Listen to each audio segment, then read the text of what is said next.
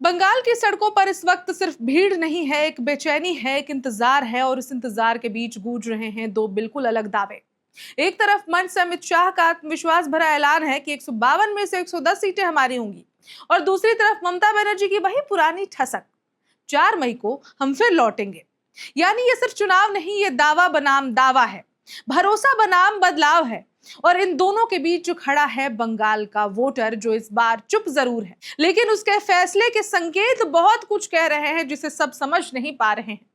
पहले चरण में रिकॉर्ड वोटिंग, वो भी 92% के पार। एसआईआर यानी स्पेशल इंटेंसिव रिवीजन को लेकर छिड़ा विवाद, लाखों नाम वोटर लिस्ट से हटने का आरोप, सीमावर्ती जिलों में सबसे ज्यादा इसका असर और दूसरी तरफ बीजेपी का high voltage campaign, road show, रैलियां, वादों की बारिश। ऊपर से देखे तो लग सकता है कि ये सीधी टक्कर है, बीजेपी बनाम टीएमसी, लेकिन असल में ये उससे कहीं ज्यादा जटिल है।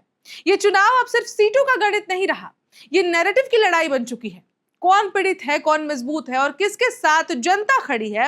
और इसी शोर के बीच कुछ ऐसे अंडर करंट्स हैं जिन पर ज्यादा चर्चा ही नहीं हो रही है, लेकिन वही पॉइंट्स इस चुनाव का असली गेम तय करने वाले हैं।